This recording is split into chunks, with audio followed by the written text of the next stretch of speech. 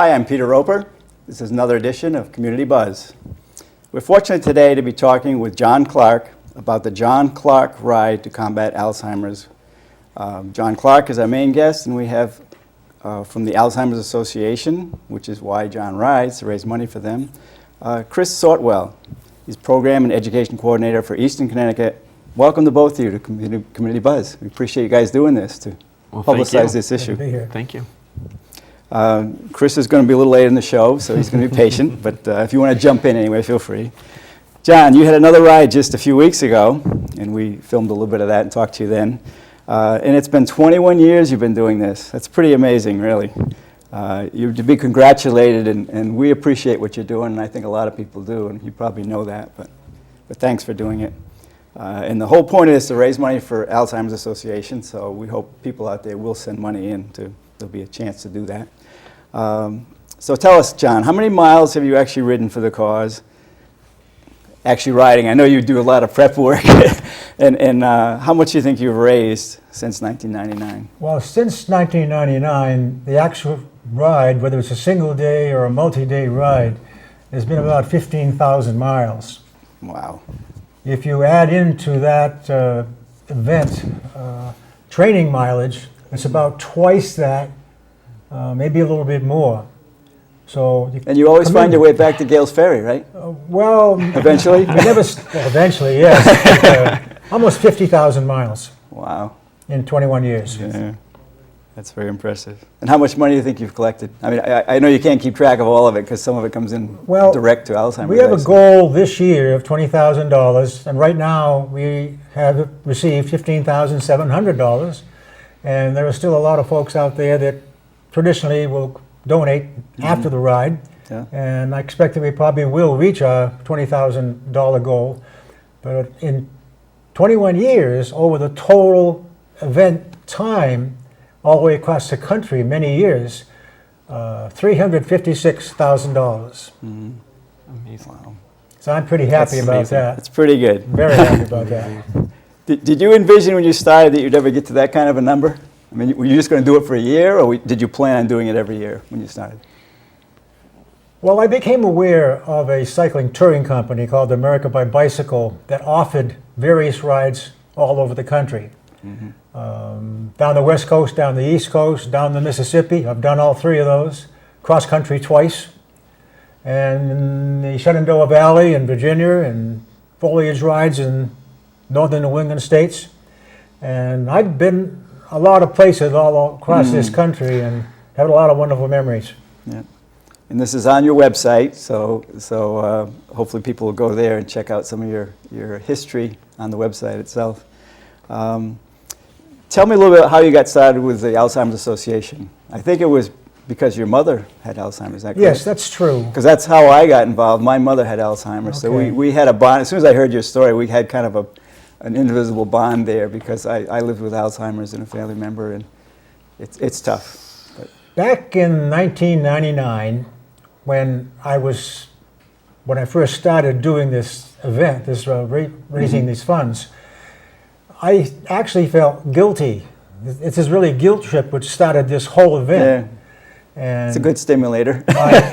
my sister up in Maine was our mother's caregiver, and I'm down here in Connecticut, and I'm saying to myself, well, she has a full-time job. She has this caregiving job that is also a 24/7, and that's a huge load for her. I've got to do something. So I thought that, well, I ride a bicycle recreationally, so I decided I would find out how I could do a long-distance ride, and it happened to be with the organization I mentioned. I flew out to Erie, Pennsylvania, and rode back to Portsmouth, New Hampshire with that group, and raised $6,400. And I figured that all the people that were making donations knew me and liked me, and I knew them and liked them. So maybe if I were to continue to do this in subsequent years, because I wasn't going to when we started, that perhaps they would continue to donate. And that's when the event became a passion for me. now 21 years later, there's no way on this earth that anybody could have convinced me that I would have had raised the amount of money that this group has done with my cycling effort, and it's just wonderful. I'm thrilled. And I'll go another 20 years. That's my plan. Good. Good luck to you. So the ride in August was either a 27-mile loop or a 40-mile loop, which is pretty impressive for those of us who haven't gotten our bike out in years. But for the first decade or so, you were doing much longer rides. I've got, in 2000, you did St. Joseph, Missouri to Erie, Pennsylvania, 1,023 miles. 2003, Astoria, Oregon to Sioux Falls, South Dakota, 1,900 miles. 2005, San Francisco, California to St. Joseph, Missouri, 2,116 miles. That's impressive. Well, it is. It's a fully funded, fully supported ride with this organization. For what fee that I pay, I get a AAA accommodations at night, breakfast in the morning, dinner the night, and mechanical support on my bicycle in case I have problems with my bike. And I have a story, this little bear. Yeah, tell us about the bear. This is Vivian. Because the bear's on your shirt, and you my had it on your shirt, bike the day I all over saw my you. shirt. Yeah. What happened was I had a kickoff in 2005 prior to that San Francisco St. Joseph ride, and the association at Chili's restaurant, and the association brought down these bears as something that a family whose grandmother in the family died of Alzheimer's, and this family member's name was Vivian, and they named the bear Vivian. And when I saw that bear, I said, well, I have to have that mascot on my bike. And if you see any pictures of me anywhere, you're going to see my little Vivian bear on the front. What happened is, when we were coming back from San Francisco, and we came to some place in Colorado, and we were going off route to just to do something different. And on the way back en route, we stopped at a restaurant and found out there was only 3 of us at that particular time. This lady that was waiting on us, name was Vivian, and she said, "What's that bear doing on your bike?" I said, "That's my bear, Vivian." And she says, "My name is Vivian." And I said to her, "Well, that's not a common name back in New England." She said, "But it is here in this part of the country." And I'm named after my grandmother, whose name was Vivian. So this made me a little bit emotional, because the reason that I wanted to have this bear in my bike when I started that year's ride was that my mother's name was Vivian. And so there's a very personal, sensitive, emotional touch for this little Vivian bear to be with me on my bike. So I like to tell that story, but it's really that's special. a great story. Yeah, Special for me. Pretty neat. My first grade teacher was Vivian Jolly, and she was one of my favorite teachers all through grade school. So that goes back a ways. So Vivian wasn't as common now, but great. So that's a long time to be on a bike, in probably tough terrain at times and challenging weather. I think we got a few pictures that are going to be on here to show the ride. So maybe you could talk about some of that, how you train for those rides, and how hard it was to actually complete some of these rides.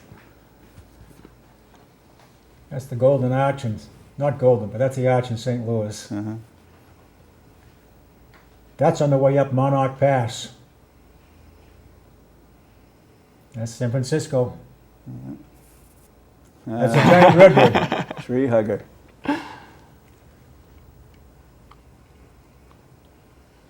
My wife, my son, and me. Yeah. Good-looking crew. Nice. So you had to do a lot of training for these rides, I guess. A lot of training? Yeah. Oh, yes, absolutely.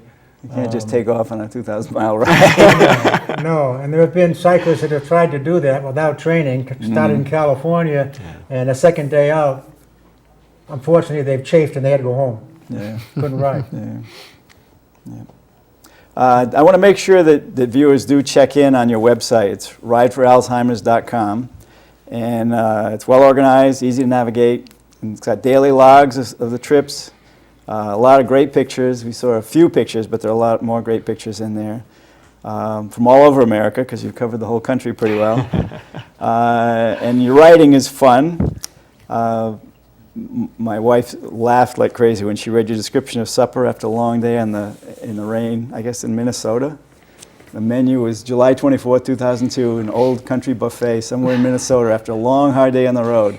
Tossed salad, Caesar salad, seafood salad, carrot and raisin salad, rice and raisin fluff, meatloaf, French fries, baked whitefish, teriyaki chicken, baked chicken, mashed potatoes and gravy, stuffing, steamed shrimp round, cheese enchiladas, mac and cheese, Mexican rice, turkey breast, carrot cake, cheesecake, ice cream, and 2 glasses of Coke.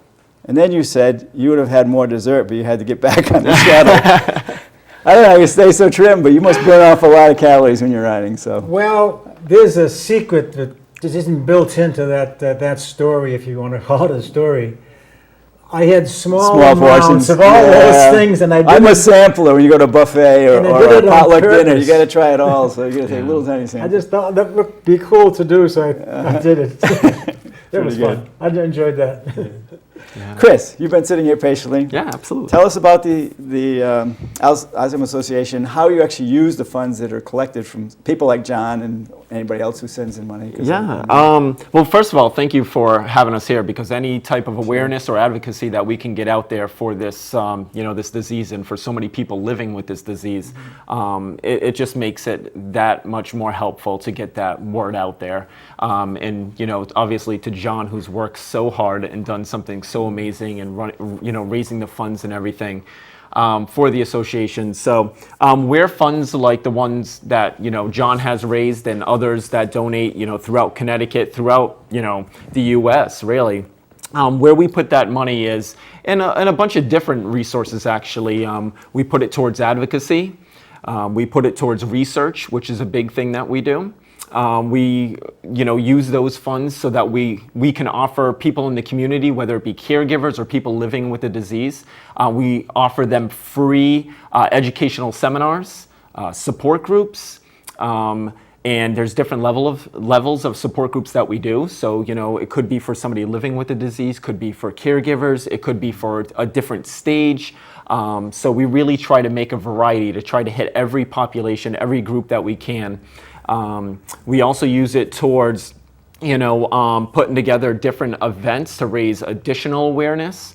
So we try to put it towards anything that we can that's going to give back to the community, that's going to help us find a cure, that's going to help, care for people, that's going to help us educate people. We do care consultations. We have a 24/7 helpline that people can call. So it's really used in many beneficial ways, and being a nonprofit, obviously, it all goes back into that. Mm-hmm. So that's really where those funds go. Yeah. My experience was very good with the Alzheimer's Association when my mom had it, and it was helpful to the family. So when it came time, when I had an opportunity to help raise some money, I thought it was a great cause to work on. Yeah, I mean it's an evil disease, anything that causes you to forget those that you love, and the experiences that you've had in your life. I mean, there's nothing like it. And every time I do a health fair, every time I do a training, I always have people come up to me and say that they have a loved one living with, Alzheimer's, or they've lost somebody to the disease.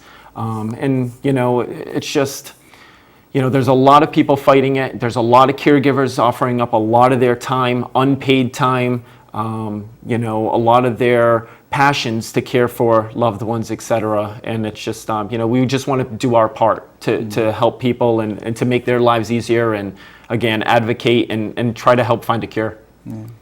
Talk a little bit about the research. Do you have doctors that actually are part of the association, or you support doctors that are doing research already? Institutions? We have doctors that we support, through the association, all over the world. We have different, scientific experiments going on, and research sources and everything else. So, right now, our numbers are actually looking really good. You know, we've provided, over the years, we've provided over $165 million to research. The Alzheimer's Association is the leading nonprofit for donating funds to, Alzheimer's research. So that's something that we are very proud of. Thank you. And, some of the research that's going on, which, we've donated to over 400 different, research sources out there, or, different research avenues, and that's been in 25 countries, and it continues to grow. And some of the things that are coming out now is how to change your lifestyle to try to maybe slow the process of the characteristics you might see with Alzheimer's. So eating healthy, exercising, social engagement, those sorts of things, and drinking moderately. Not increasing to moderate if you don't drink right now, but keeping it at a moderate backing range. you off the moderate. Yeah, not smoking, things like that. Yeah. I'm seeing more of that out there. It seems like I'm aware of more than most people, but I've noticed there's more information out there about sort of prevention and what you can do to keep yourself healthy. Yeah, so absolutely. I'm definitely interested because there's a genetic possibility that I may end up with it too. So. And one of the biggest things right now that we're looking at is a potential blood test that can test for biomarkers to show if people are at a higher risk for Alzheimer's, which would be absolutely amazing, because right now, I mean, there's no cheap way to test for it. There's no, you walk in and you're having your physical in your hospital, and they automatically test for it, so a blood test that, could be coming out down the road could be, a cheap, easy way to see if somebody's at a higher risk, and if we should go further with additional testing and get some earlier diagnosis, so that way people can have more say in their care and in their lives. And any cure possibilities? As of right now, there is no cure, and that's something that we'll continue to battle. And there's a lot of people battling, to try to find this cure, and that's why John gets on his bike, and that's why so many people do our walks. And that's why there's so many people that are out there, doing, what they can to find this cure. But there is no cure at this time. But again, there are different things that we can do, the lifestyle, and, really taking care of ourselves, and keeping up with social engagement, and, once you get diagnosed, not shutting down, not quitting, not disappearing because of fear or anything like that, but to keep on going and to continue to develop the skills and harness the skills that you already have. Those sorts of things are very beneficial. So what kind of events do you have coming? I know there's a walk, I think, or there was a walk recently. Yeah. In addition to John's project, there are other ways you raise money, I know. Yeah. So through the summer, we have this thing going on that's called Longest Day, and there are many events going on, such as John's, but people do independent events. Other people set up things like bowling tournaments and everything else to try to raise awareness, try to raise funds, etc. But the big thing that we really is the heart of our organization when it comes to fundraising and awareness and advocacy are our walks. So we have 7 walks throughout the state of Connecticut, and again, they raise awareness, they raise advocacy. It's a celebration of life. It's giving back to caregivers and everything else. And the one that's probably closest to this Groton area is the New London Walk, which takes place at Ocean Beach. And that's on the 14th, and we're going to have over 1,500 people there. We're going to have live music, and again, it's going to be an amazing event. You can find out more information. You can register a team. You can register yourself for the walk. You can do any of that stuff. You can also donate on our website, alz.org. You can even call our helpline if you need any additional information at 1-800-272-3900. Okay. Yeah, I would encourage people to check out a walk, because it was I've done a couple, and it was really a lot of fun and kind of satisfying to get your friends and relatives to chip in. And really, it's not that hard. You just ask them, you want to sponsor me, and most people will not refuse. So no, it's great events. I had a good time, and I think I got a prize because I was the biggest fundraiser in that walk. But, well, thank you for that. But it's a great organization, and I urge you all to think about chipping in $5, $10, $50, whatever you can do. That's why we're here. John, back to you. How many people do you think participated in August in your most recent ride? We had 32 cyclists, 32, okay. and that's double what we've had any previous year. And it was a mixed crowd. We filmed some, I guess there was a little bit of footage of it coming. Yes, I was really pleased. There was a tremendous amount of awareness of publicity. All different levels of riders, because one woman said she was going to go and ride wherever she wanted and come in the back with the group, but she wasn't going to do the whole thing, which is fine. I know who that was. Yeah. That was Maria. Yeah, she was having a good She time. made her own route. Yeah. But it seemed like there were some hardcore riders who were champing at the bit from the minute they got there. This is at the Mystic Bike Center, by the way. That's true. Credit to them, because they were kind of a Absolutely. co-sponsor of your event. Absolutely. They've done that before, haven't they? Oh, yes. Mystic Cycle Center. So Mystic if you need Cycles- bike parts, go check them out. They are a fantastic group of people that work Yeah. there, that own the place. They've also supported Mystic Community Bikes. I was involved in that, and Mystic, Yes. loaning out bikes, and they were very supportive of that. So they're a good community organization. Great people to have around. Yeah. Yeah, absolutely.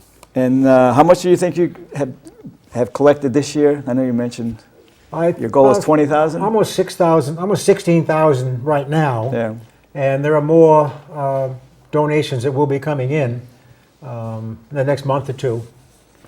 That's great.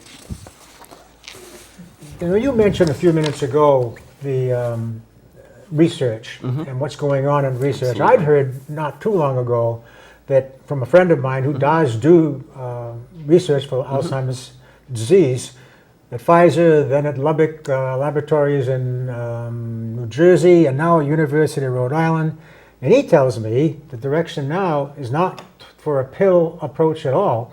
It's treating the disease as an inflammation of the brain. And if you think about that, I think about that and I say, if inflammation, we have all kinds of things we have available to solve and cure inflammations. And if this were able to go forward and be successful, that would be incredible. Because we Absolutely. could kill the disease before it even got going. So Yeah, and that's absolutely true. I mean, when it comes to research, they're looking at every possible avenue. They're looking at, the effects of insulin on the brain. Can that help somebody who has a cognitive impairment? Again, going back to lifestyles, going back, is there a pill? So right now, I mean, again, they're just going to continue doing all types of research in every avenue until they find what works. I think we have some footage of your ride that was going to be on here. Oh, great. I think we're going to have that on.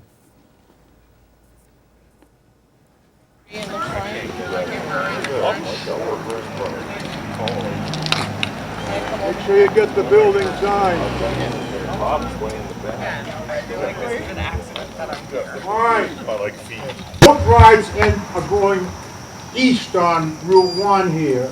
The short ride is going to be going north on South Anguilla, then North Anguilla, Elm Ridge, cross Route 2, Route 49 up into North Stonington, and then kind of back here through on the west side of the Mystic River. We're going to, and the long ride is going to do the same thing, except they're not going to go up the Anguillas.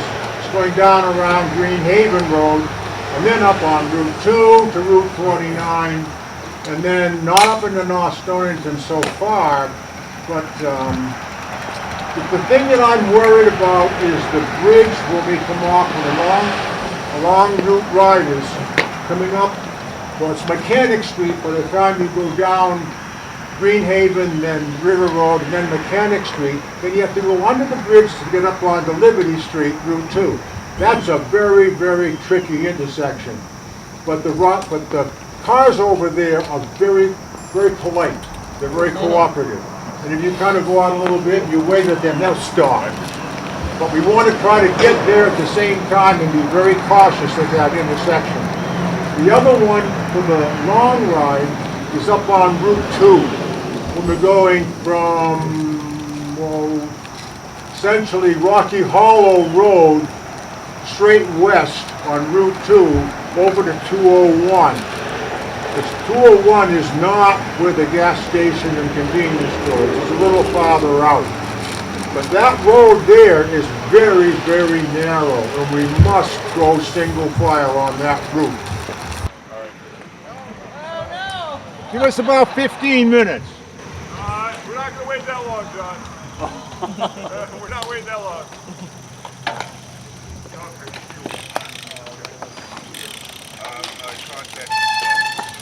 Did you?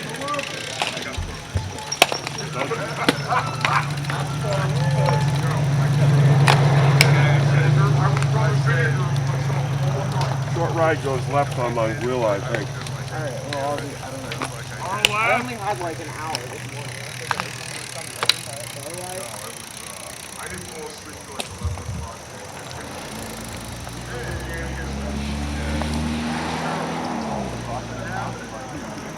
I'm not doing the whole thing, Dan. Oh, no, trust me, I'm not either. Okay.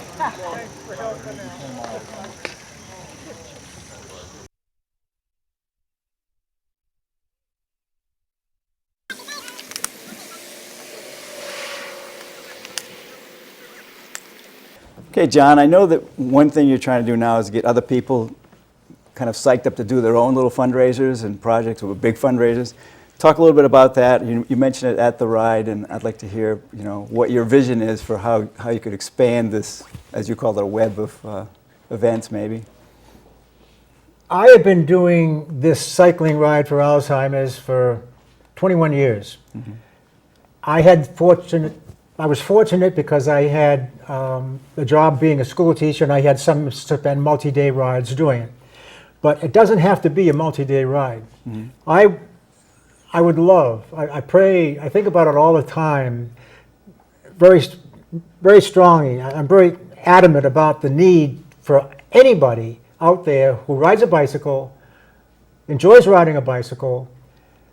The disease happens maybe to be in their family or a loved one close to them, and that's not a good situation. That person that sees that happening, that has a friend or a family member with the disease, could do a ride. They could do a one-day ride. They could even use my 27 or my 40-mile ride to do it, or ride with me. But what I would love to see is to have them do their own fundraising, and that way the fundraising could be spread out like a web, like a spider's web. Maybe huge amounts of money could result all over the country, all over the world, and it has the potential to blow the roof off of fundraising for the Alzheimer's Association and disease. That's great, John. That's inspirational, and I think we're just about out of time. I want to thank John Clark for writing. I want to thank Kristopher Sortwell for all the things you do through the Alzheimer's Association of Eastern Connecticut, and appreciate you both coming here and sharing your stories and helping us to get the word out so people will hopefully contribute and know where they can get help, in your case. We appreciate both of you doing this, and we want to thank our viewers for watching. And I really want to urge you to think about helping with this disease. It's pretty horrible. I hope you never have to experience it, but it's something you don't want to experience. Let's put it that way. I'm Peter Roper with Community Buzz. Remember, Vivian and I say, be well.